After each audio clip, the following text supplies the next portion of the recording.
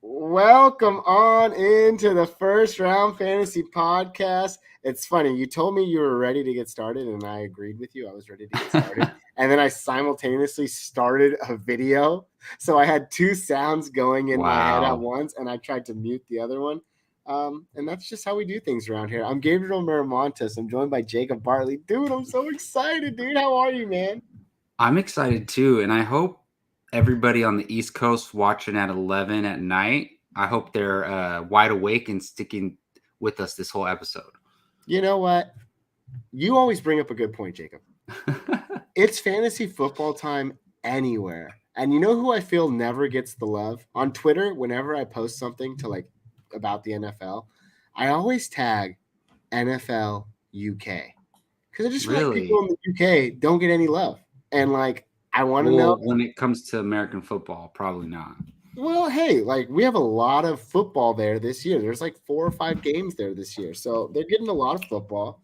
It's a good fan base. And, maybe we can tap the potential. Maybe other people haven't done it. Yeah, and I will say there is a fan base out there. There's actually a few fantasy analysts that are from the UK. And on our movie YouTube channel on Apocalypse, we had a guest named he's not from England, but I think he's from Australia, named Jacob Blunden, and he's obsessed with NFL football. So it's not just here in the United States. So then you're saying we need to get him on the podcast soon. He sounded very into it. So maybe. Jacob Blunden, if you're out there from Australia, even though you're in a town in England, whatever. Guys, welcome. It's the 2022 NFL season. Like I said, we're so excited. Welcome to First Round Fantasy. You're home for second round advice. And that's what we're here to give you today. Some advice, some of our takes. We get to do our first dark horses of the year. And because we've taken some much needed time off to rest and recuperate, we're going to go ahead and give you our Knights in Shining Armors pick for this year. These are our ride or die. These are our guys that we 100% believe in, unless you're Jacob texting me 5 minutes before we get on. Dude, you got to make sure you really believe in this guy, dude. I do, man. And you're going to hear all about him in just a little bit. But before we get started and before we jump into anything, the season is upon us. Football starts tomorrow. If you're listening to this on Thursday, it starts today. So it's a madhouse, man. And what better matchup than to have the Buffalo Bills going into Los Angeles and playing against those Los Angeles Rams? I don't care about Matthew Stafford's arm or whatever it is. I'm just excited. I can't wait for a great game. Although I feel what was it? When we all got together a few years ago, we watched the Packers and the Bears, and it was the worst game ever of the season. It was 9-9. Thursday night football, yeah. Thursday night football, man. At least opening night. But nonetheless, this game it's top tier. This game has to be better than that. All the kids these days do ranking lists, and I don't. Literally, it goes over my head. It's S tier, A tier, B tier. I'm how does the S go above the A? I don't know. I still don't know. Look, we do that on Apocalypse now, and I still don't understand it. Yeah, I don't get it. Just start with A tier, but they got to bring the S in there. Anyways, they're doing it nowadays, and this matchup is S tier for this weekend's matchups. So we're going to talk about that a little bit. But before we do, Jacob, I wanted to ask you a question. Since we're getting into the narratives now, the stories are going to – all the things that we've been hearing about this offseason, all the hype trains, all the naughty stuff we didn't want to hear, it all comes to play on Thursday and soon to be Sunday. What are some of the biggest storylines? Just one, if you have one in mind. What's one of the biggest storylines about a particular player or something that you are just so intrigued by and you cannot wait to see what they do when they get on the field, or if they get on the field? So it has to be a storyline involved? It doesn't have to be a storyline. Just a player you're very intrigued by this year. I guess literally every situation is a story, right? There's some story behind it. So coming from the English major, yes. Yeah, it can apply. I think there is a story to this. The person I'm most excited to watch this season, he recently had the player who was considered the number one option leave the team. He's been one of my favorite players in the NFL for the past 3 seasons. I think he's going into his 3rd season. And that is none other than Wait, do I get a guess? Sedarius. Oh, I already said it. Who are you gonna guess? Not whoever you were gonna say. Go ahead. Oh, Sedarius Lamb, aka CD Lamb. Oh my, Uh, who are you Sedarius. gonna Is that his real guess? name? That's his real name, Dude, Sedarius. I Yeah. was not gonna say Lamb. That's for sure. I was gonna I'm go a like someone on yeah. the Chiefs or something. I'm a Go ahead. Lamb. I'm a Lamb fanboy. All right. I mean, it's mostly because I drafted him in our dynasty league, and this was like our first rookie draft. He was basically like my first pick ever in a dynasty league, like as a rookie draft. So I have a little bit of attachment to him there. But and then I watched him on Hard Knocks last year, Oh, that and was I'm like, last this year. dude's the man. But I also love his play and his talent. He's so exciting to watch, and I'm curious to see because there's a lot of pressure on him. Look, he's expected to not only help carry that Dallas offense and he's expected to be the best player on the Dallas Cowboys offense, who's America's team, the most valuable sports franchise in the United States, whatever. Like, that's a lot of pressure. Also, the fantasy community is putting a lot of pressure on him. He's being drafted in as a top 7 wide receiver when he hasn't even come close to doing that yet. So it's like, if he disappoints, people are going to have a bad taste in their mouth. So I just think that it's very fascinating to see what happens with that. And I believe in him. I think he's going to kill it. I think it's possible that he is the best wide receiver in fantasy this season. I think that's possible. I don't think that's going to happen. Like, I'm not claiming that, but it's possible. But if he just hits that top 5 mark, I think people will be satisfied, and I think he will. I'd be satisfied if he hits the top 10 mark. I mean, I don't think he's done it. Yeah. I don't think he's put up wide receiver 1 overall numbers. See, before. That's what I mean is like people will be if he's wide receiver 9, I think people will complain. Honestly, which is you say that with such which is not fair, you know. No, that's a great pick, man. Amari Cooper shipped off to Cleveland. Blake Jarwin and company, Michael Gallup kind of feeling his way back into the lineup. James Washington injured. The rookie Tolbert. The whole situation with Zeke. Is he going to bounce back? That whole Dallas Cowboys fandom of a team. Many questions, but hopefully they find some concrete confidence in a guy like CeeDee Lamb. And I really like it. I'm excited to see him play too. I just like him because he ripped the phone away from his girlfriend on draft night. And that was like the biggest thing on Twitter other than the draft that night was him taking I didn't the even phone know away about that until like last year. Oh, man. It was when awesome. Demont told me about it. Of course, Demont would tell you. Anyways, Like, it's good course, TV. Yeah. It's good TV.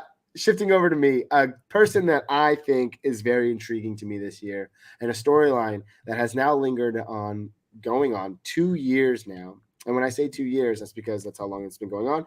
And that's about how long this man has been sitting on the sidelines, not playing football. And he plays for the New Orleans Saints, and that's wide receiver Michael Thomas.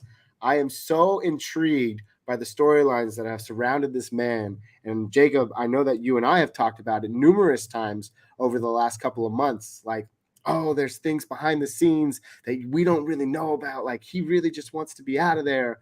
Well, it's put up or shut up time now. He's currently questionable going into week 1. He's probably likely not going to play.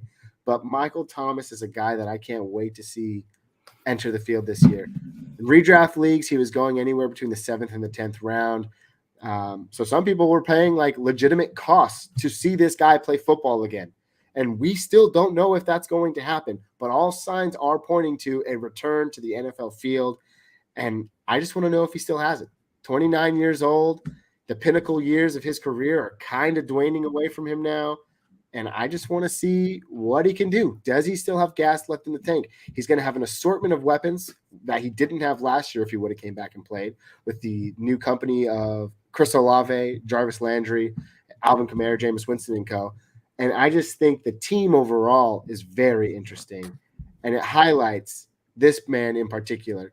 And if he plays and if he still has it, what he did, if he still has the capabilities and the potential to do what he did 2 years ago, then by golly, is he a steal in the 7th round, in the 8th round, the 9th round, the 10th round, wherever you got him.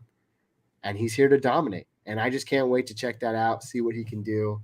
And that's a guy that I'm really intrigued by. I never thought I'd say it, but yes, Michael Thomas intrigues me going into the 2022 season. Oh, man, it intrigued. I don't know, man. I've been like pessimistic on Michael Thomas for years.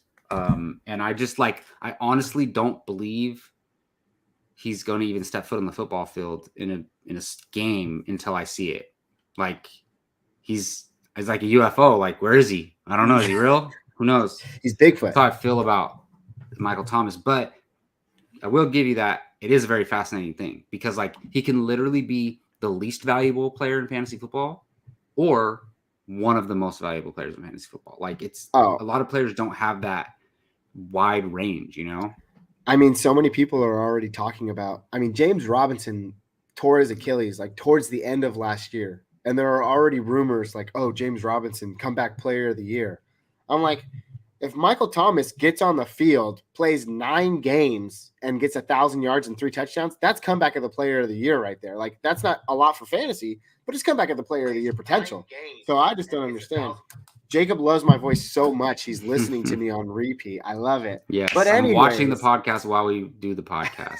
But again, he's exciting to me. And I have no shares of Michael Thomas. Me neither. And yet I'm still intrigued by him. So it just goes to show. Yeah, it just goes to show that even though we don't really have biasy towards these guys, I don't know if that's a word, we're still interested in them. We're interested in all things fantasy. And he is certainly an interesting subject going into this season. And boom, just like that, man, we got our feet wet, and now we're ready to dive in. You know what we have to do now? We have to do weekly updates on Michael Thomas and CeeDee Lamb to see if those things worked out or not. Well, I'll tell you this: we can't do weekly updates on these guys because they're just storylines. They're what we're excited about. But what we can do weekly updates on are the guys that we're passionate about, Jacob.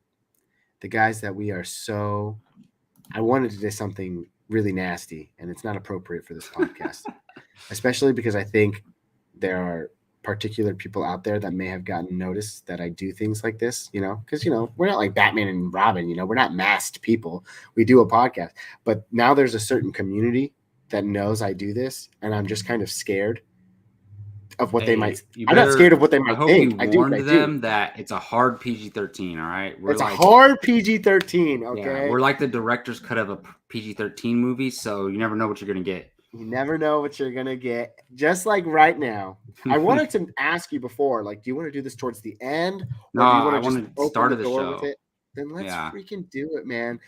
This is our special segment. You can watch any other podcast. You got the My Guys on the Fantasy Footballers. You got the Superlatives on Fantasy Football Pros. Wherever you get your fantasy football information. Matthew Berry's, he does his Ride or Die every year. So. He does his Ride or Die every year, right, on ESPN. Now, where is he at? NBC? NBC.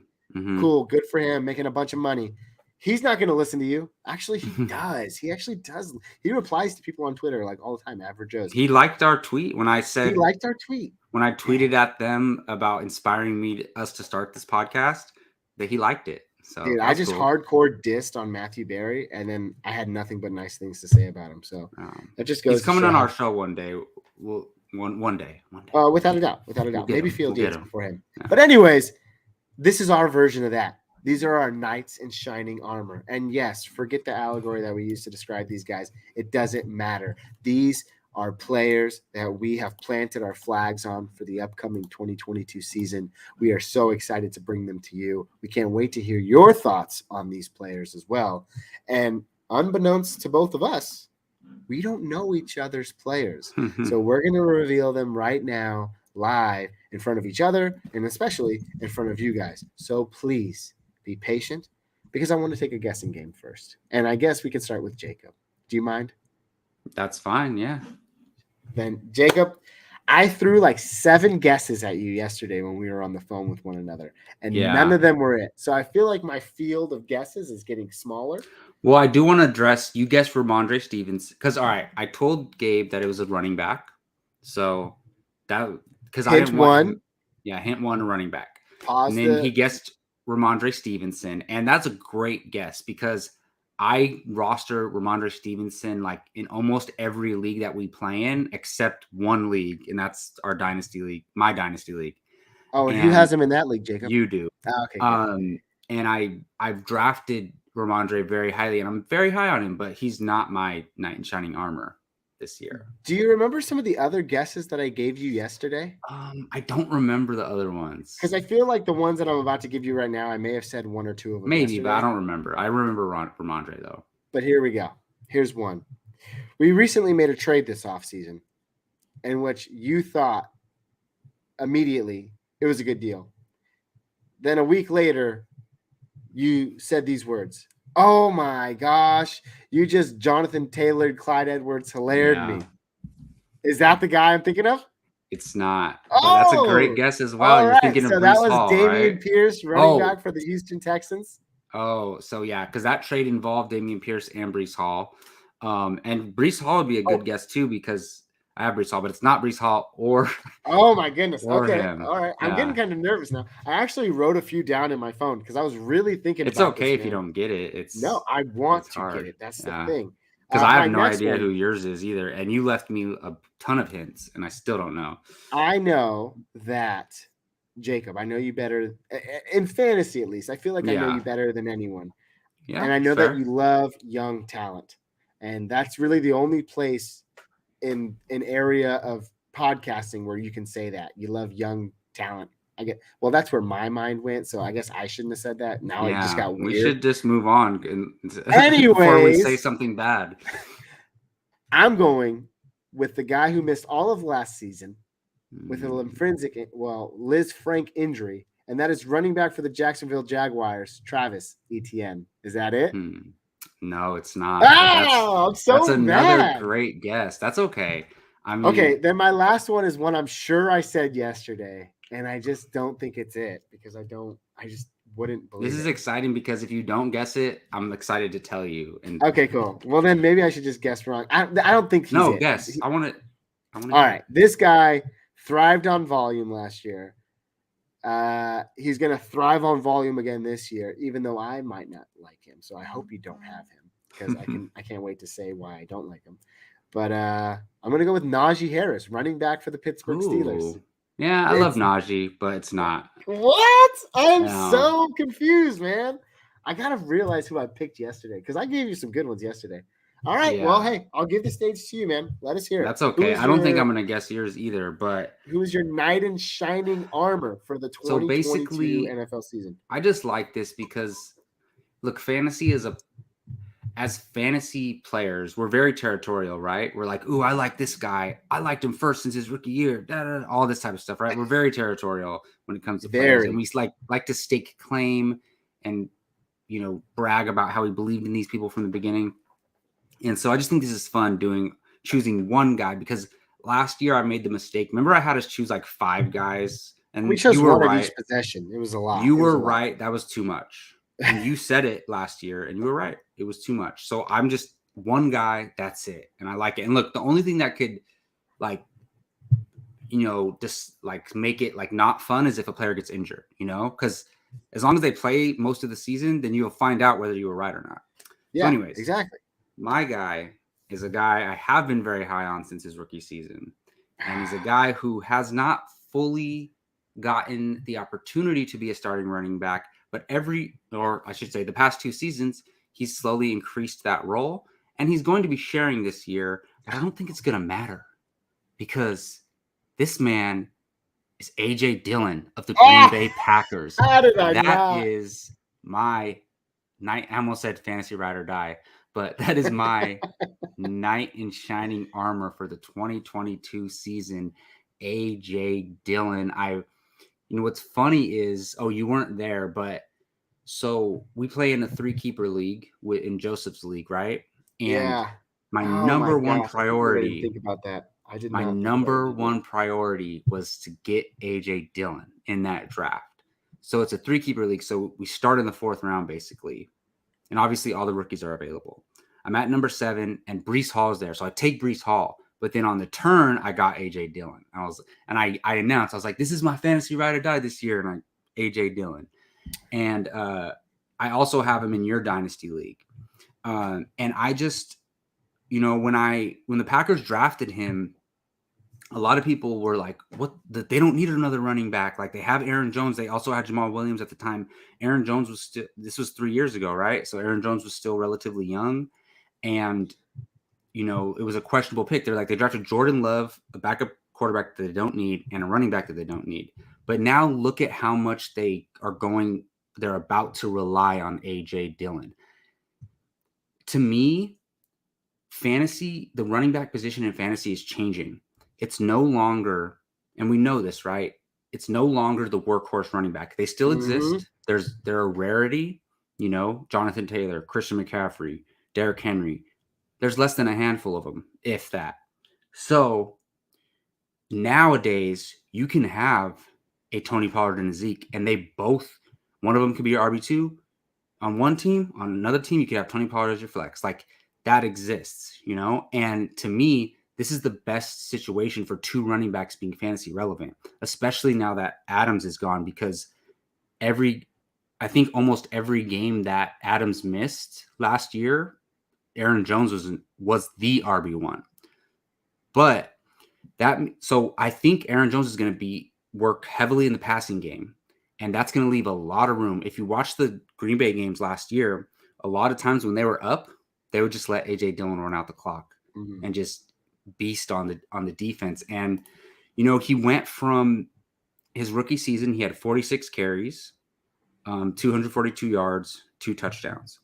But last year in 2021, he had 187 carries for 800 yards and 5 touchdowns with 34 catches for 300 yards, 9 yards per catch, 9.2, and 2 touchdowns. So I think he's going to get even more work. He got 800 yards as a backup running back. So now that Adams is gone and they're going to be using Jones in the passing game more, what do you think is going to happen with AJ Dillon? I think I think this is going to be the best season from like a sharing backfield ever. And AJ Dillon's going to be splitting that work. So that's my dude this year. I believe in him. I've been saying, like, for lack of a better way of explaining it, he's the next Derrick Henry. And I believe that. Well, I should have known. It's almost too easy. Well, I just don't think, because it's not that I feel differently about him. It's that, you said it perfectly, Jacob. The NFL is moving away from the workhorse running back. Those are few and far between the types of guys that we see now. The days of Derrick Henry, the last king we have here, they're gone soon after he leaves us, and it's going to be a sad day. And who do we look for in their replacements now? We look for those PPR guys, because that's where the most of these leagues are shifting. PPR, half-point PPR, where these guys hold a lot of value. AJ Dillon was someone who I didn't think was going to get that passing down work. And it's just, you can still be fantasy relevant. And I think that's the misconception that a lot of people have that are switching their mindsets to this, right? You can still have a mindset where you think, oh, if he's not catching the ball, he's not on my fantasy football team because I want PPR value. Derrick Henry last year and the year before that, obviously last year he was injured, I think he still finished in like the top 15 in PPR. And the last 2 years before that, Derrick Henry doesn't catch any passes. It was actually last year before he got hurt where we saw him getting a lot of passing work. And then he went down. The previous 2 years, he was in the top 4 conversation every year in PPR. So it just goes to show that, like, when the guys are getting the volume on the ground, they can still provide elite fantasy value. AJ Dillon is a guy that can do that. I'm so mad at myself for not thinking of that. Jacob, what a beautiful pick. I am very proud of you. Very beautiful pick. Thank you, sir. Before we get on to mine, we got, without a doubt, the main guy this year is Taylor. That's from Tyler, also known as Coach Coop. Feel free to check him out on Facebook Gaming. He always gets down on some PUBG. Still waiting for that chicken, whatever they call it on there, dude. But hope you're doing well. Thanks for that. Jonathan Taylor is his guy this year. For some reason, he gave us a sleeper, too. Dontrell Hilliard. I believe that's the backup to the guy that we were just talking about, King Henry himself. So if you're banking on a King Henry injury, then sure, Dontrell Hilliard is your guy. But come on, man. You can't wish injury on anybody. Get out of here with that. Jacob, great pick. Great pick, by the way. Are you ready for mine? I'm ready to hear yours. I don't know if I'm going to be able to guess this though, but I will try. Sure. Well, then I'm ready for you. I'm ready for you. So we know it's a wide receiver. And while you're thinking, I'll give you a second to think. Gio also comes into the chat. My ride or die became obvious after the first few drafts with friends. Oh, great. He's going to make us think about it. Jacob, the most mysterious man I ever met, Gio Ramos. I literally can't get a handle on this guy, but I love him just because he's that mysterious. Like he says that and then doesn't list who the players are. Yeah, because like he wants to make us guess. You're on our podcast, Gio. I mean, you got to tell us. Is it Tua? Yeah. That's his fantasy ride or die is Tua Tagovailoa. Which, hey, see, all right. With these Knight in Shining Armor, we're picking guys that okay, they're not sleepers, but they're also not expected to finish at the top of their position. So it's kind of like a guy who's going to get an opportunity to exceed his draft value, basically. And so a Tua would be a good Knight in Shining Armor if you believed in him, to be honest. But yours, okay, so these are the hints that I'm working with Gabe. Can I read the stuff that you wrote on the notes? Yeah, man, go ahead. Because maybe the viewers can guess along with me. So this is what I'm working with. I know it's a wide receiver. They finished 7 games as the wide receiver 1 or as a wide receiver 1? As a wide receiver 1. Okay. 7 games as a wide receiver 1, 8 fantasy relevant games, 1 missed game, finished as wide receiver 12, got a contract, has an elite QB. So I'm trying to think. Here's another one. He has an elite yet aging counterpart in number 1 wide receiver. So he's technically viewed as a wide receiver 2 on his team. And you could argue that he's not necessarily young or old. He's right there at the pinnacle. Oh. I feel like you got it. The quarterback is aging. No. The quarterback, he's got an elite QB. Oh, he's got the other man that lines up on the other side of him. My guess is Mike Williams. This is no fun. I shouldn't have gave you the hints. Yes, it's Mike Williams, wide receiver for the Los Angeles Chargers. You gave me 5 hints. I gave you he's an RB. So to be I had way more hints than you. That's fair. Well, yes, you guessed it on the first try. Great Congratulations to you. And congratulations to everybody who has shares of Mike Williams this year. He is my knight in shining armor. I 100% believe in this man, and here's why. For all the reasons that Jacob just said. We saw what he was able to do last year. And a lot of people, at the same time, were jaded at his performance last year because he burst onto the scene in 2020-21. He did things that people weren't doing before. I mean, just monster games at the first half of the season. And then, unfortunately, he fizzled out. And then he had that big blow up in week 17 against the Raiders. That was literally a game of the centuries. And that was a fantasy 1 performance for him. But I just like all things Mike Williams right now. And I think he's in a position to truly succeed. He's in the position to have a Juju type year where I think it was the year with A.J. Brown and Ben Roethlisberger.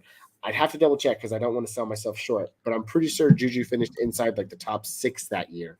And I just think that this is Mike Williams' year to do just that. He has the elite QB, Justin Herbert. What does Justin Herbert like to do? He likes to sling the ball. Mike Williams loves to get downfield. He's had injuries that have plagued him in the past, but realistically, the last 3 seasons, he's only missed 1 or 2 games each year. So he's been able to string it some together. The previous 2 years before last year, though, he was only catching 45 to 50 balls a game. Last year, that number went up exponentially. 87 passes, 127 targets. I expect that to be similar, if not far more this year. If he can get into the 150 range, catch 100 balls, that guy is easily breaking into the top 10. No doubt about it. He finished as the wide receiver 16 or the wide receiver 12 last year. Currently, he's the 16th wide receiver off the board in redraft leagues. And I'll tell you right now, just looking at those guys that are going ahead of him, his counterpart, Keenan Allen. Again, he's the aging number 1 that I was just referring to. At some point, his time will come. I don't necessarily think it's this year, and I'm not betting on it that it's this year. I'm betting that he still has a nice fantasy relevant season, which will actually help propel Mike Williams even more. I like him better than guys like Jalen Waddle, DJ Moore, AJ Brown, just to name a few guys that are going ahead of him currently. And if he skips all of those guys, he's already wide receiver 12 because there's 4 guys that I named in front of him. And I think he can outperform some of those guys at the top as well. I'm so excited to see what he can do. And I think he has the potential to do it. Hopefully, he just doesn't like land on his back again like he did the season when they were on Hard Knocks, and then he missed like 4 games, I think. But other than that, I'll keep it short. Mike Williams is my knight in shining armor for the 2022 NFL season. I love it because I love Mike Williams. I remember, he was drafted at the number 7 with the number 7 overall pick the year he was drafted. Mm-hmm. And he didn't play Joseph that. and Go ahead, Joseph and I, like we would always pick him up off the waiver wire every week, and we're like, this guy's gonna blow up. This guy's gonna blow up, and he never did. And like he went like 2 or 3 seasons being almost irrelevant. Mm-hmm. And then he was always a great player. Like people could see it, even playing with Phillip Rivers. But it never came to fruition for a usable fantasy season overall until the last couple of years. And now that he's there and he has Justin Herbert, and if you remember last season, there were 2 guys who blew expectations out of the water and started off so hot that they were wide receiver 1 and wide receiver 2. Now it's Cooper Kupp and Mike Williams. And then one of them stayed hot. Exactly. Mike Williams, I think he did get banged up a little bit and he just became inconsistent. Mm-hmm. And there really was a whole stretch of the season. I'm pretty sure it was from like week 6 through 12. He was just a dud. And then he found some kind of earth there in week 12. And then, of course, that shootout at the end of the last season when they played the Raiders, which was like the greatest game of all time to get into the playoffs. He put up like 5 or something for 120 yards or something like that. Just went monster. And, I think, all right, for A.J. Dillon to be a top 5 running back, I think Aaron Jones would have to get hurt. But I don't want that. I'm okay with A.J. Dillon being a strong RB2 while sharing a workload. I think that's a great finish for him. Mike Williams, I honestly think has a top 5 season in his wheelhouse. I really do believe that. So it's a great pick. And I think if Mike Williams and Keenan Allen play the same amount of games, I think Mike Williams might finish higher this year. See, and that's the last point I'll add. And I have some comments in the chat here that I'd love to kind of post up here because they're all for our boy Mike Williams or my boy Mike Williams. But that's one of the things, right? People forget that Tyreek Hill for 3 years in a row was literally the same player. He'd have big explosive weeks, and then he'd have really quiet weeks, and then he'd still find himself in a top 12 conversation, right? For fantasy. Mm-hmm. Mike Williams did the same thing. So either this is the start of something new and we can expect this, or what I'm hoping is maybe we get a little bit more consistency. If we can find a little bit more consistency, he can easily blow away that. And the last thing I'll say about Mike Williams is he finished last year in PPR leagues with 246 fantasy points. When you compare that to the RBs that finished, 8 through 12, he beat all of them. That means he beat out guys like Alvin Kamara, Cordell Patterson, Antonio Gibson, Aaron Jones, and Josh Jacobs. All running backs that finished ahead of him, or not ahead of him, all running backs that finished from 8 to 12 in their respective positions. And you know what? Those guys were probably drafted way higher than Mike Williams in the initial draft last season. Higher than Mike Williams. And you also got to worry about, I think this is a great point Gio makes. He says, I get heart palpitations seeing Mike Williams put his life on the line for a spectacular catch. Dude, live to play another week. It is so true. He's already really tall, right? He's already taller than the defender, but he jumps up even higher to get the ball, and then he lands on his back. And I'm like, no, Mike Williams, no. That's what he did on Hard Knocks, man. He jumped 6 feet over another defender. Okay, you can't jump 6 feet, but he jumped well over this guy, falls right on his back, and then you're just like, I'm watching this on Hard Knocks, and then I have to rush to my phone because I didn't get any notices yet about what had happened, but I think I actually did. I was just in shock when I saw it because those are the types of plays he makes, even in practice. So, yes, I'm scared. He's not quick like the cheetah, but he's definitely a downfield threat. I love him this year. I can't wait to see what he does. And again, that is my 2022 knight in shining armor. Before we get going into our dark horses and fool's gold players for week 1 of the 2022 season, we got a couple of comments we got to get to first. Yes, thank you, Gio, for the comment. He also said these are his players of the year. QB, Trey Area, running back, Saquon Barkley, wide receiver, Allen Robinson of the Los Angeles Rams, and tight end, Dalton Schultz. Not bad picks. Saquon Barkley stays healthy. Undoubtedly, he's going to be good. Well, actually, not true. I beg to differ because CMC is a guy that has missed time, yet has been good when he has played. Saquon Barkley was healthy at times last year and the year before that, and he was kind of like, eh. So yeah, not the same guy. Let's see him string it together first. Allen Robinson, new home, new team. Hope he can do big things. But a lot of people are on this hype train. And I gotta say it, Gio. I'm kind of with you. What are your thoughts? I like A-Rob. I think people are getting a little too carried away, to be honest. But at the same time, it's not everybody. It's a select group who are like, he's gonna be a top 12 wide receiver, and I'm like, pump the brakes.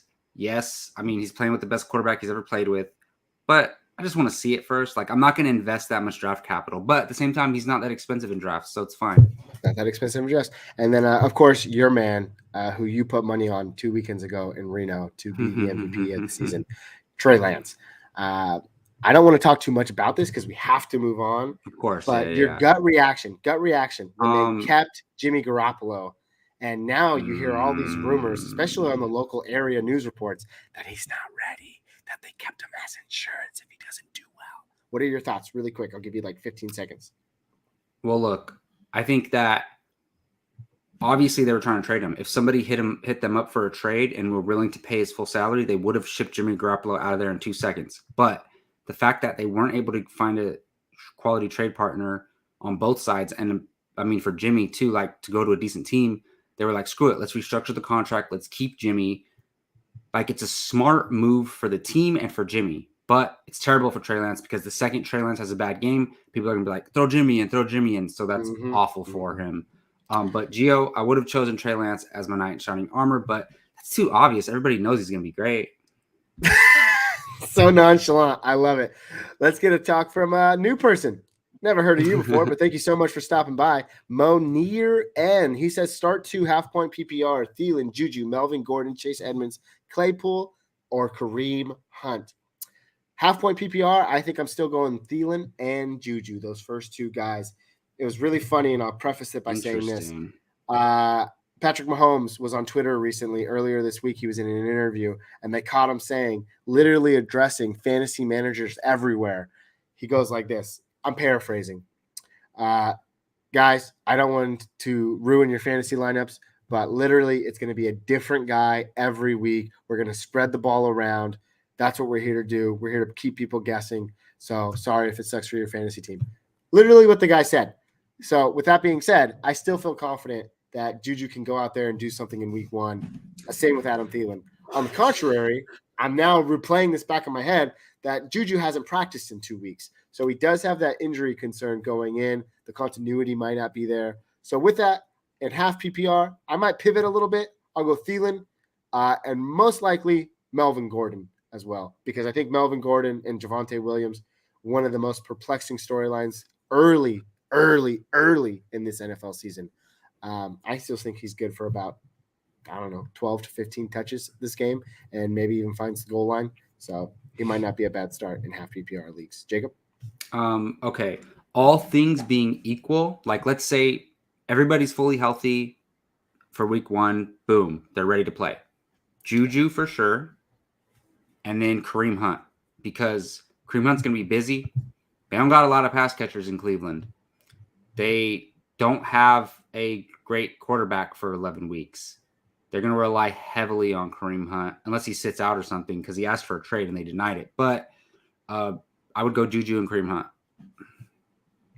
Juju and Kareem Hunt. There you go. And if you needed any more advice, Monir, we got all the opinions here. Thielen and Edmonds easily. I like Edmonds, and I wouldn't be opposed to doing that. But with Raheem Mostert there, he's good for about 1 or 2 solid games, unfortunately, until he gets hurt. I hope that doesn't happen. But I just don't know what that team's going to do yet. I don't know, and it kind of scares me. I want to take more of a wait and see approach, unless you're looking for that home run in week 1. But half PPR, I think Melvin Gordon's far more likely to find the goal line, and that's the guy I'm going with. So thanks for your comments, Gio. And oh my goodness, he just keeps living in the chat. I love it. This could happen. Some good games early in the season, but the wear and tear will come sooner given his age. I did a weird deep dive lately, not too long ago, on Adam Thielen. And when you look at it, like the last 2 years, and then especially last year up until Thielen got hurt, he was putting up the same numbers as Mike Evans. And I heard that on another podcast, and I thought it was interesting. So I looked at it myself. And it's literally Mike Evans is all touchdowns. Adam Thielen is all touchdowns and PPR value. And it's just so weird how 2 guys on the opposite ends of the fantasy spectrum are literally performing very similar to one another. So don't count them out yet. With wide receivers, it's much more when you see it, you kind of know it's time. Whereas with running backs, the wall is 27. It's like when running backs turn 27, you kind of get scared, start shuffling them in your dynasty leagues. It gets a little shaky. But with wide receivers, they can play well into their 32, 33 year. I think maybe 30, 31. What am I saying? But yeah, all good comments. All good comments. Also, Jimmy decided to say, and the 49ers wouldn't do that if he intended to sabotage the locker room. No, of course. I'm not. Look, no, it's not. It's not Jimmy at all. I think Kyle Shanahan's going to do whatever he thinks best in any given situation in any game. So if we're down, I should say, if the 49ers are down and there's 5 minutes left in the game and they need to score, and Trey Lance has been struggling all game, what's going to stop Kyle Shanahan from throwing Jimmy in the game? That's my problem. But that's another talk for all 49ers podcasts one day. We'll see. One day. You'll get it someday, dude. I know this will branch off and you'll get to do great things. Let's see. Akers or Sutton this week. I believe we're going to be talking about Sutton a little bit later. He's on the Monday night game. I think he's on the Monday night game. And Akers is playing Thursday night. I'm going Sutton here. I think especially in PPR, I want to see what he's able to do. I believe that the continuity is there between him and Russell Wilson. It's been all good reports this season. People thought Judy was going to be the guy. We honestly still don't know, and we won't know until we see it. But Akers came back last season and still looked like he was struggling. He's had a whole offseason to recover. I expect this game to be a shootout. But with that being said, I don't necessarily know about Akers and his injury, and how he's going to hold up. So if I want to be a little bit more confident, I'm going Sutton. Jacob? 100% Cortland Sutton. Russell Wilson is going to light up the Seahawks in week 1. And the Rams and the Bills is going to either be – the game script is not going to be in Cam Akers' favor, in my opinion. So 100% Cortland Sutton in full PPR. Sweet. Let's see. Even Gio. Sutton it is. Awesome. Thanks, man. So much for your, stopping by. Calvo and Wanir, new people that are new to the podcast.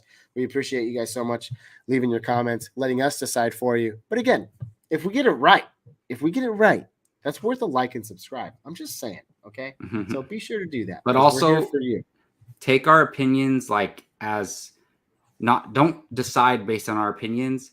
Add it to what you already believe and then decide from there. Go with your gut. Hey, at the end of the day, I want to get to know you guys, but I don't know you. So put all the weight on my shoulders. I don't care. Start Sutton. Believe me, 100%. Do it. He's going to be great for your lineup this week. Jacob, are you ready to get into some dark horses and fool's gold?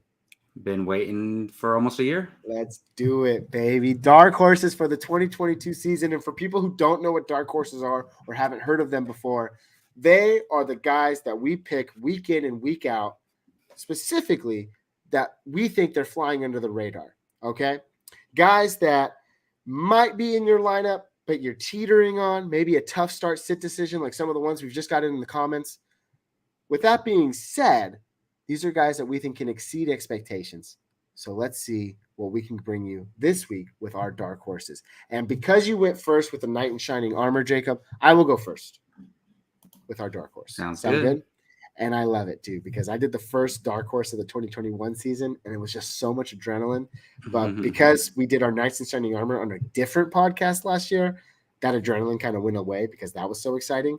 But it's all good. It's all good.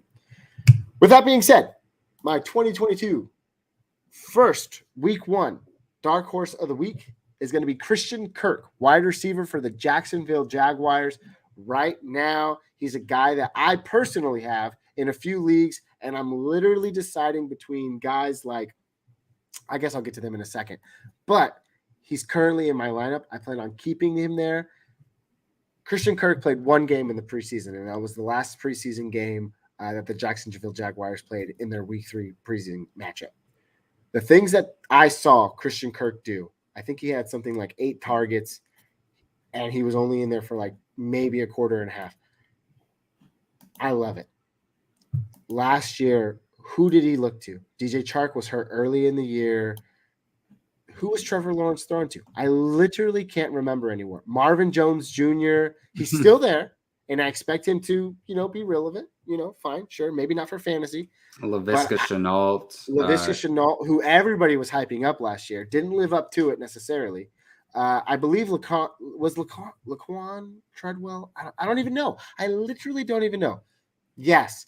Did Christian Kirk screw up the entire not the entire fantasy market, the entire NFL market this offseason when he was the first wide receiver to sign and got absurd money to play in Jacksonville? Sure. Do I think he earned it? Maybe. Do I think he can live up to it? Yes. Trevor Lawrence is bound to take us next year. No sophomore slumps for Trevor Lawrence because his freshman disaster was a freshman disaster. So I expect him to do great things in year 2, or at least improve upon them, right? Because you can't really go anywhere down than where he was already. And because of that, I love Christian Kirk this week. I think he has a fine matchup with the Washington defense that, although was great at stopping the run last year, was susceptible in the passing game.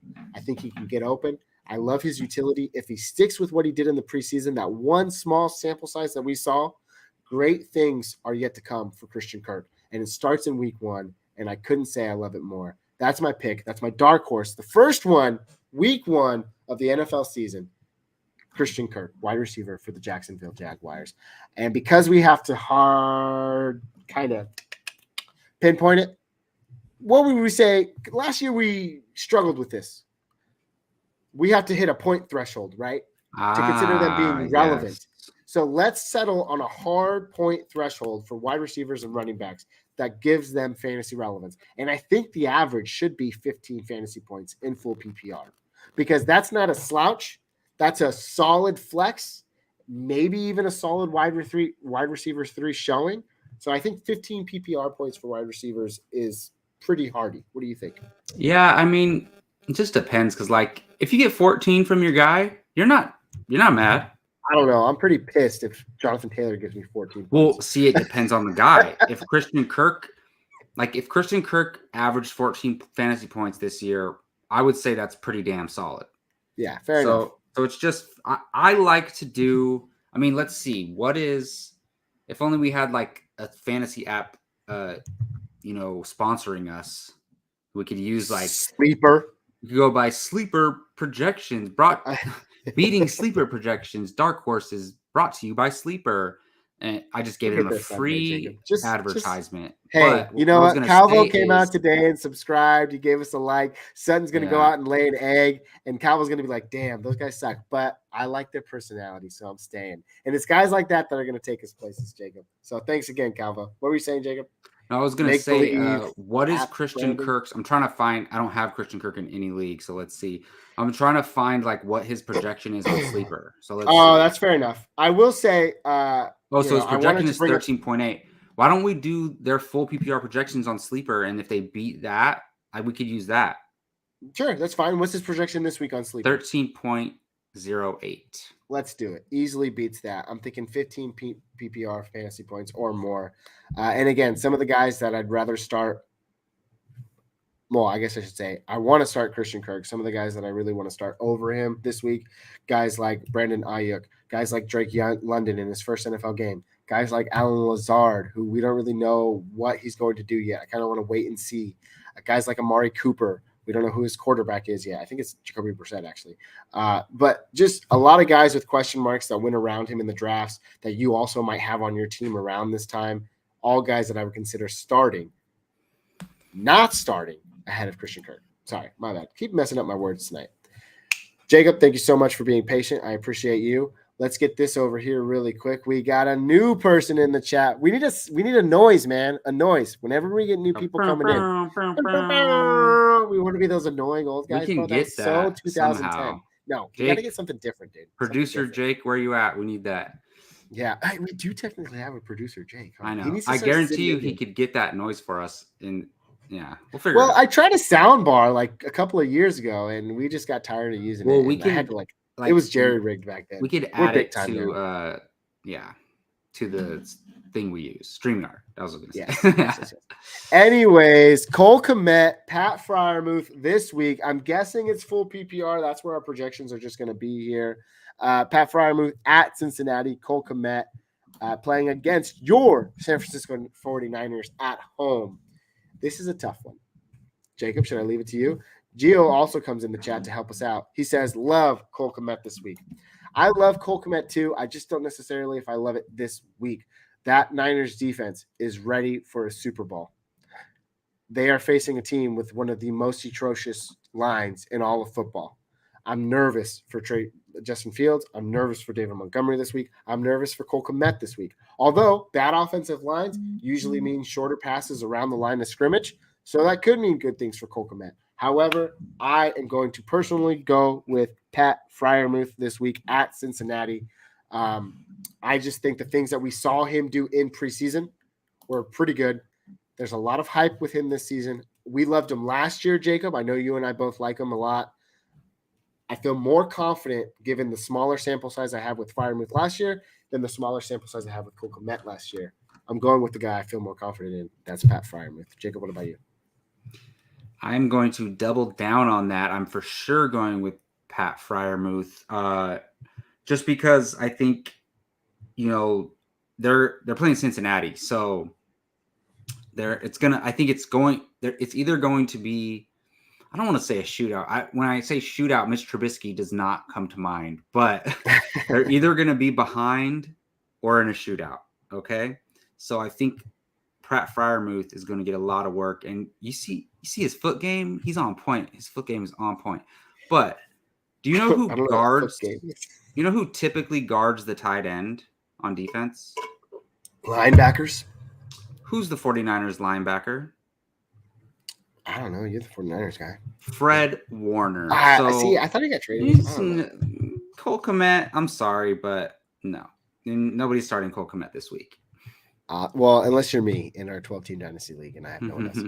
But thanks for your question, Jermel. Again, you get it right. We get it right for you. You got to like and subscribe, man. And if we don't get it right. What if we get it wrong? Like, do we if we get it wrong, then you just come back what? Again until we get it right. So so they subscribe eventually.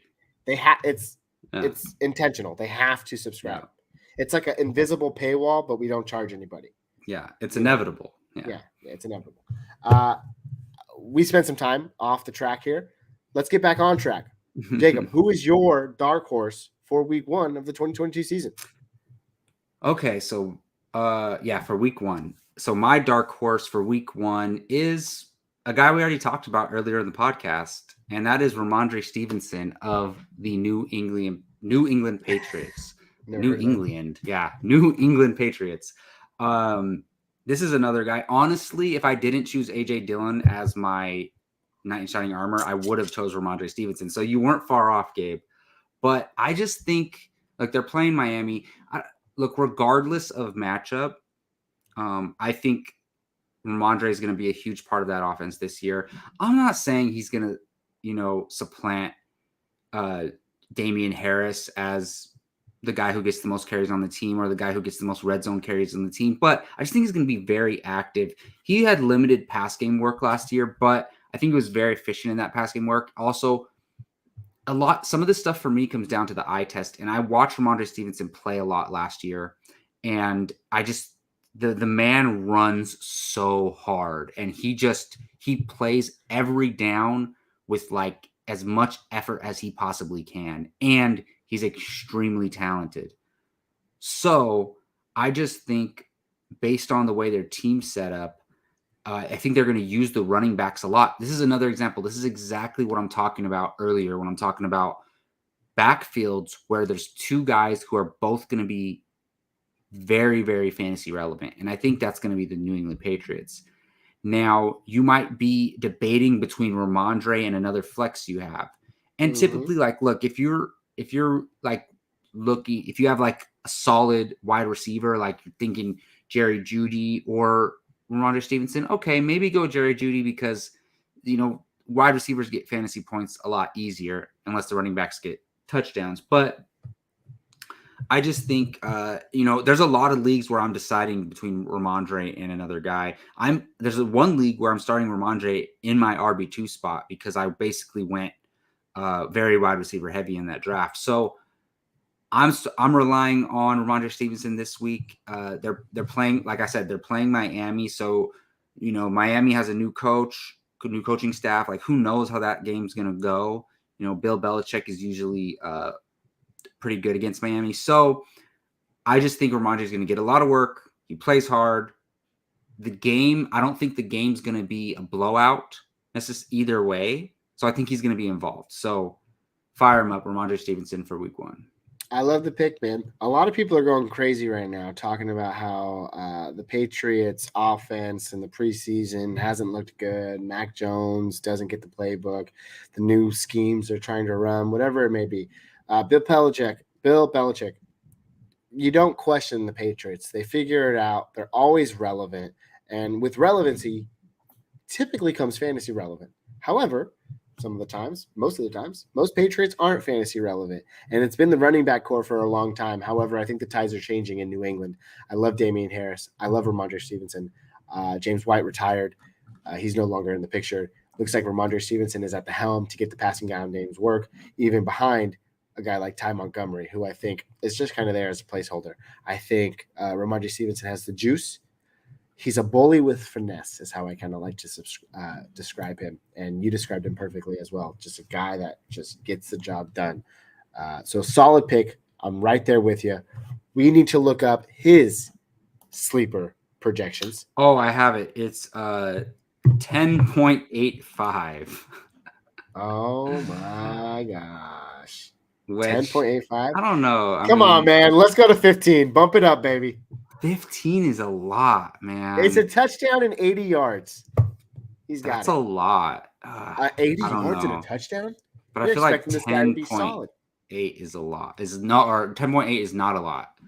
How about we call them both an even 13? This guy hedging bets on his own dark horse. I like it.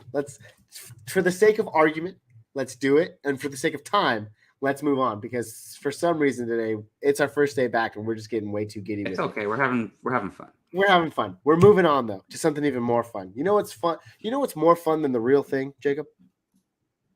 No. The fake thing. And the fake thing here are fool's gold players. Depends what we're talking about. But well, I'm talking about fantasy football. Again, we're not getting off topic. Okay. It's fool's gold players are fool's gold players for week 1 of the 22 NFL season. And just like our brain dead dark horses that we talked about earlier, fool's golds are different in that these are guys that are primed, that are in lineups, that you're probably starting, that we think are going to underperform, or at least telling you to temper your expectations. Maybe you have that other guy on your bench that's locked and loaded and ready to go, but you just haven't thought about it really yet. Well, hopefully we can change your mind today. I'll go first. My fool's gold player for 2022 week 1 is going to be running back for the Baltimore Ravens, Mike Davis. And again, are these picks saucy? No, it's week 1. Jacob and I have a record going every year, and I don't want to go like down and out, taking Christian McCaffrey week 1 saying he's going to lay a dud. I don't do that. We don't play that way. We're playing for points here. But also, these are solid picks. Mike Davis is my pick this week for a Fool's Gold player. There are just a lot of changing things going on in Baltimore right now. Yes, J.K. Dobbins is likely not going to play. We already know that Gus Edwards is on the PUP list. He's likely to miss the first 4 weeks of the season.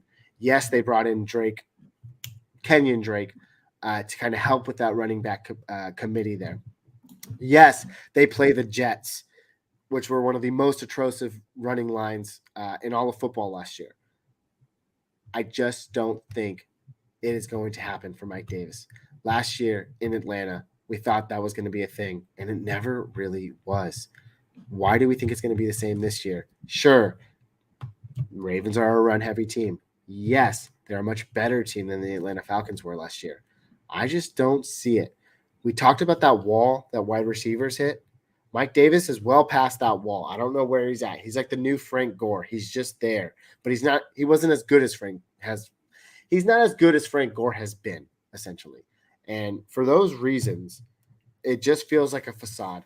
It feels like a juicy matchup for a guy that doesn't really have any competition except for a new guy that came in just a couple of weeks ago and is still learning the playbook. I think there's a possibility that Kenyon Drake comes in week 1 and still steals more carries away from out carries Mike Davis in week 1. But that's like a super big hypothesis or a super big guess. But I do think that he underperforms his sleeper value this week. So therefore, he is my fool's gold. And while I look that up, Jacob, you can give me your opinions or your fool's gold player for week 1. Yeah, man. I mean, not much to say on that. I think that's fair. I mean, because a lot of people, what happens is there's people playing in 12-team leagues, 14-team leagues, or even in 10-team leagues. These people get desperate for running backs. And it usually doesn't happen at the beginning of the season, but it still happens. And they see, oh, J.K. Dobbins isn't playing, Gus Edwards is out. Like, Mike Davis, you want to fire him up. But, like, think about it and maybe start a wide receiver instead. Wide receiver for sure. Jacob, what is your 2022 Fool's Gold player for week 1? I feel like, you said yours wasn't spicy. I think mine's a little spicy because I think a lot of people are going to start this guy and are depending on him just because he's a rookie and, he has a lot of hype, but also at the same time, his running back mate was named as the starter on the depth chart, but it doesn't really matter because depth charts are almost useless when it comes to fantasy football. And I'm talking about Breece Hall of the New York Jets. Now, look, I'm very optimistic about Breece Hall career-wise and this season. I like him. But remember, when you're watching the First Round Fantasy podcast, we're doing it for just this week, okay? So for week 1, do not start Breece Hall. No, Jacob, you hate him all year. This is what you're saying. You hate him all year long. Look, I get it. You drafted Breece Hall. And look, it depends because you might have, Breece Hall might be your RB2 and you have no other choice. Fine, whatever. But the thing is, if you're debating between Breece Hall and some wide receivers or Breece Hall and even like Ramondre Stevenson, to be honest, like go another way because Breece Hall is a rookie. We don't know how it's going to play out. There's a lot of unknown there. Also, look, I don't know if this is going to be in favor or against Breece Hall, but obviously Zach Wilson's out. Joe Flacco's starting. Could be good or bad.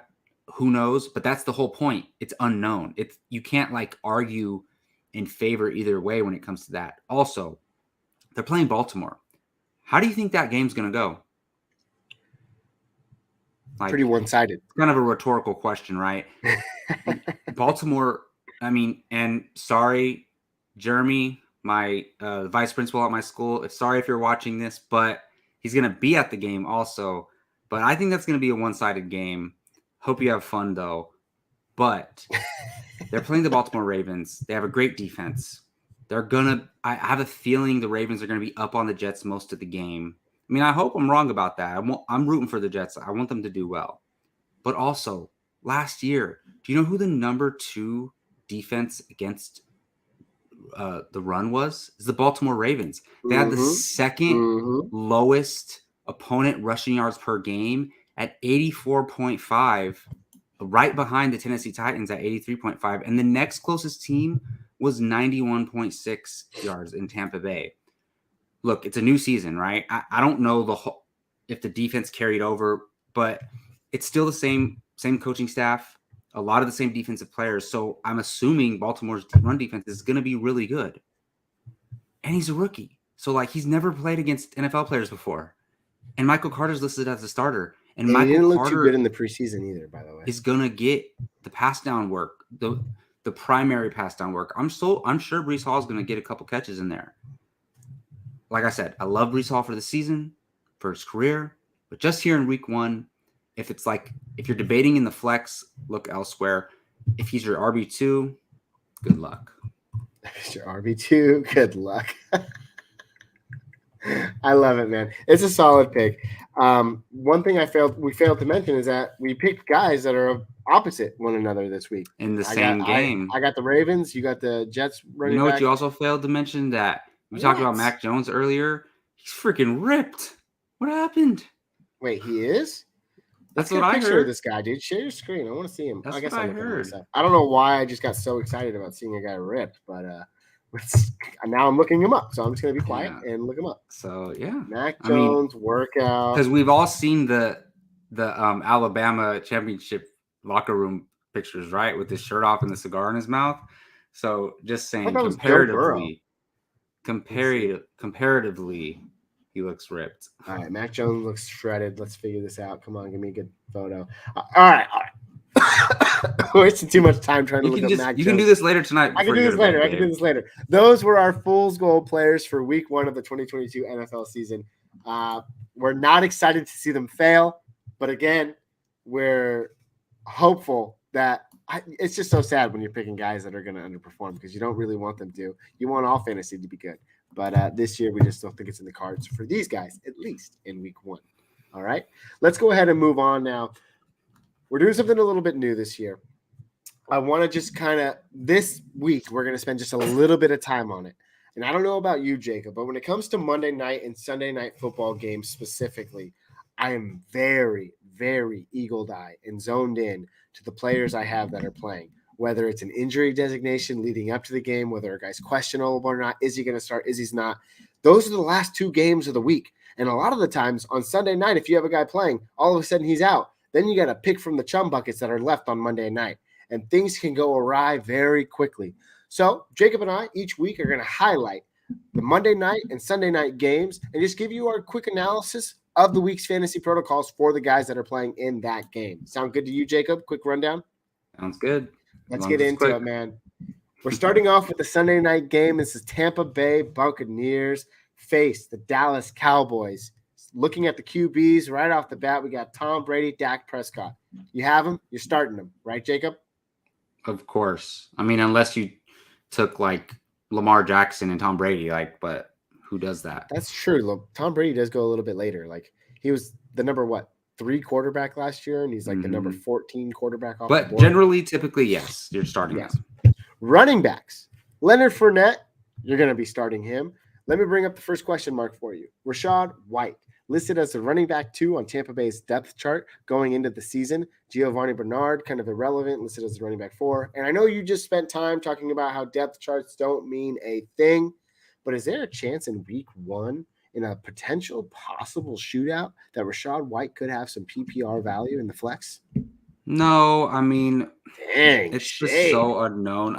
I'm not saying don't draft him, obviously. Like, I drafted him in a league or 2, yeah. Dynasty leagues. But, yeah, I drafted him in a redraft league over one we did on Sunday because I went 2 running backs and I didn't draft a running back for very long, so I just loaded up on dart throws. And that's what he is to me, a dart throw. But nah, I mean, unless you're in like a 14-team league, I'm not starting Rachaad White.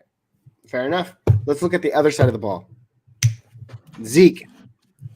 Is it a bounce back week 1? Because people are expecting him to bounce back in miraculous ways. If you have him, you likely drafted him as your running back 2. So he's in your lineups. Let's talk about the more interesting player, the more polarizing option. Tony Pollard. What's he doing in your lineup? He's a flex option this week. Polarizing player? Polarizing? What did I say? That's not the right word? Polarizing. Tony Pollard. No, I was just adding to it.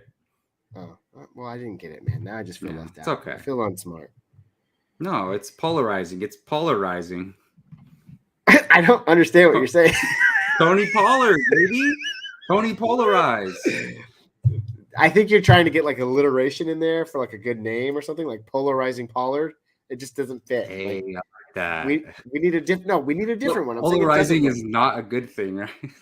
No, polarizing could be a good thing. It can be. Yeah. He's a polarizing option. Player. Yeah, it could be a good thing. Anyways, he's finding his way into flex lineups this week. Do you feel confident in that? He had some fantasy value last year. I feel pretty confident in that. I don't have any shares of Pollard per se, and we both play in about 8 to 9 leagues. I don't have any shares of him. That doesn't mean I'm not confident. That just means I think he has some relevance, and he had relevance last year. What about you? I love Tony Pollard. Similar to what I was talking about with Ramondre, like when Tony Pollard gets the ball, it's exciting.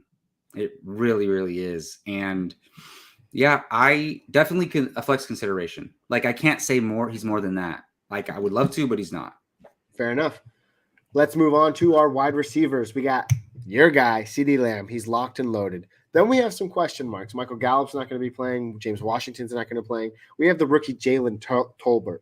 On the other side of the ball, on the running backs, you decided to sit Rachaad White. Do you feel the same about Jalen Tolbert in a potential shootout with the Tampa Bay Buccaneers? Honestly, look, obviously Gallup's not playing.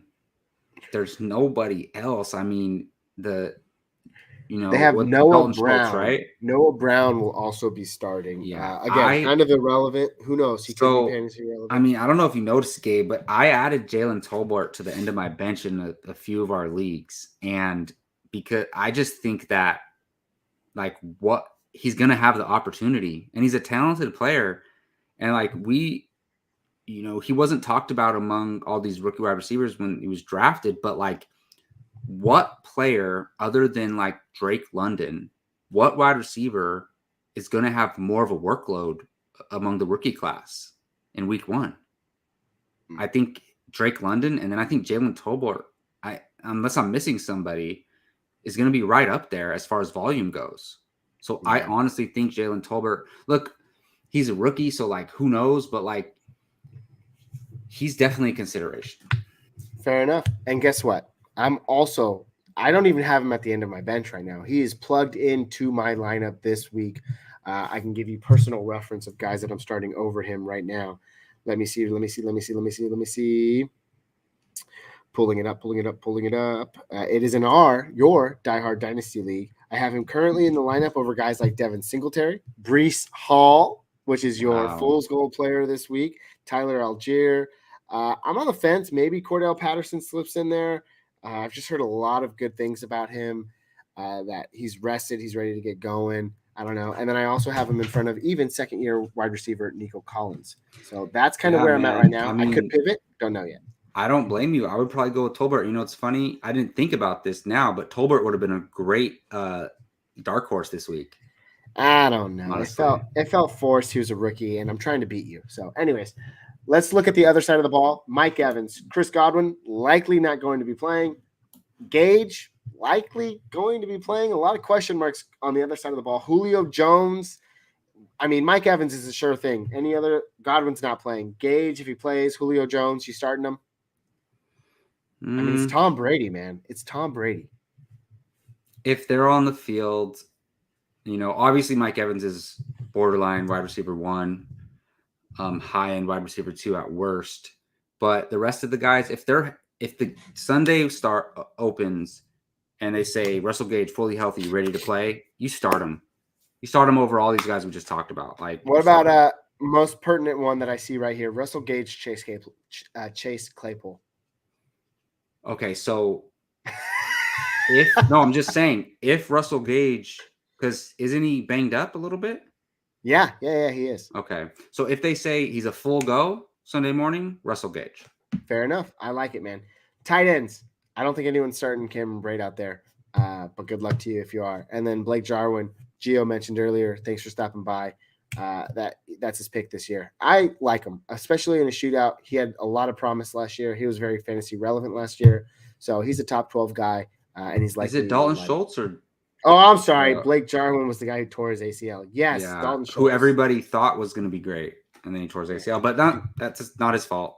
You see ACL me that living in the long. past. Yeah, That's what I do. but no, I Anyways, mix those guys up too all the time. well, great. That's one matchup. We go quick. Well, sometimes we'll spend a little bit more time if there's a conversation that needs to arise. But other than that, let's look at the wait. We just did the Sunday night matchup, the Monday night matchup, and that brings the Denver Broncos and the Seattle Seahawks to the stage under the bright lights of the first Monday night football game of the NFL season. Russell Wilson, he's in your starting lineups, but are you starting Geno Smith? Heck no, and not even in a super flex, unless Let's it's like talk a about 16-team super flex. Let's talk about some running backs. Javonte Williams, Melvin Gordon. I think both of those guys are fine running. Javonte Williams has the upside, so he's a running back 2 play. Yeah, And RB2 flex. Yeah, for he'll blow the doors up this season. Hopefully he does. Gordon, flex play for sure. Mm-hmm. Other side of the ball, you got Rashad Penny, Kenneth Walker. What are your thoughts? I currently have Rashad Penny in the lineup. That same diehard dynasty lineup I was just talking to you about. I have him there. I'm thinking about pivoting hardcore to Cordell Patterson. Your thoughts? Look, and it sucks because I don't even know if Rashad Penny, he might be fully healthy for all I know, but in my mind, he's always injured because his whole entire career for these past 5 seasons, every year it's I picked up Rashad Penny. He's going to be the big waiver wire pickup, and he finally happened last year, but I still don't believe it. But Pete Carroll is going to run the crap out of the ball, even if they're down. So if Penny's healthy, you're starting him. Fair enough. And Walker's might not even play. So I just worry about, like you said earlier, a shootout happening, and then in that case, the Seahawks it's are just throwing the ball 30-3, and Pete Carroll's still going to run the ball.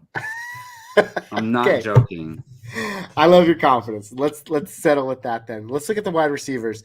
We got Jerry Jeudy, Cortland Sutton, KJ Hamler on one side of the ball. You're firing up Sutton. You're likely firing up Jeudy. Mm-hmm. Hamler's going to be that bye week guy, so we probably don't recommend starting him unless you're in deep leagues. On the other side of the ball, we got Lockett and DK Metcalf. I mean, he's on my bench right now because I made that trade with you for Deebo Samuel. I'm not really finding any space for him right now, even though he was fantasy relevant at times last year with Geno Smith. You kind of just want to believe it, and I guess you have to see it. We kind of saw it last year. I don't know. I don't feel overly confident. He's a great talent. I just don't know if the arm talent is there on the other side of the football who is throwing to him. So I'm kind of nervous about that. I don't know what your thoughts are. Lockett, same boat. He could be that 60-yard bomb guy. I don't know if Geno Smith can do that. So I'm a little bit worried on that side. If you have other options, I might pivot. While you think, I'll look up some other options and we can do that really quick. Well, I'm a hardcore believer in DK Metcalf. I don't understand how we go from everybody desperately trying to acquire DK Metcalf a year and a half ago in Dynasty, he was untradeable. Literally, I could not. Nobody would trade him. He's top tier crown jewel. People were looking at him the way we look at Jamar Chase right now. Totally. And he didn't lose any talent. He didn't get injured. But he did lose one of the top 10 He lost quarterbacks. Russell Wilson, but he's still that talented. And I don't have the numbers in front of me, and I'm not I don't want to waste time on air looking them up. But I heard them the other day. His numbers with Geno Smith weren't terrible. Metcalf was the wide receiver 14 last year, so entirely relevant. That was mixed in with Russell Wilson and fair. Geno Smith. Do we know when Russell Wilson went out? Because I think we can look at these. So we need to find Geno Smith game by game stats for the season. Okay, I have it right here. So he was wide receiver 21 weeks 10 through 17, and I know Russell Wilson came back and wasn't himself. So Geno Smith started 4 games last year. So it was October 31st. Oh no, October 7th through October 31st. So what were DK Metcalf's October numbers last year? Man, I need weeks of the season. That's my source. We need to get on the same source here, Jacob.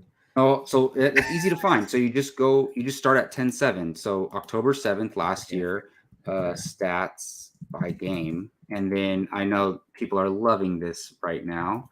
Here, I got it right here. I got it. No one's here. We'll cut Okay. this. 10-7. Okay, look at this. It's So wide these are the receiver 4 games. 5? I have it as wide receiver 5. These are do the you have it 4 as? games with Geno Smith. 5 catches for 98 yards and 2 touchdowns. 6 catches for 58 yards. Okay, whatever. 2 catches for 96 yards and a touchdown. 6 catches for 43 yards and 2 touchdowns. Am I starting DK Metcalf this week? Are you mad at those numbers? I'm not. That's what I'm saying. Exactly. So where is all this hate for DK Metcalf coming from? Look, this is why you tune in to the second round advice, because sometimes we don't get it right. But when you look at the numbers, they say, hey, Metcalf's the guy. We do research on the fly, like on the show with you guys. Dude, ask us questions. We're your personal search engines. We got you. So here's my question.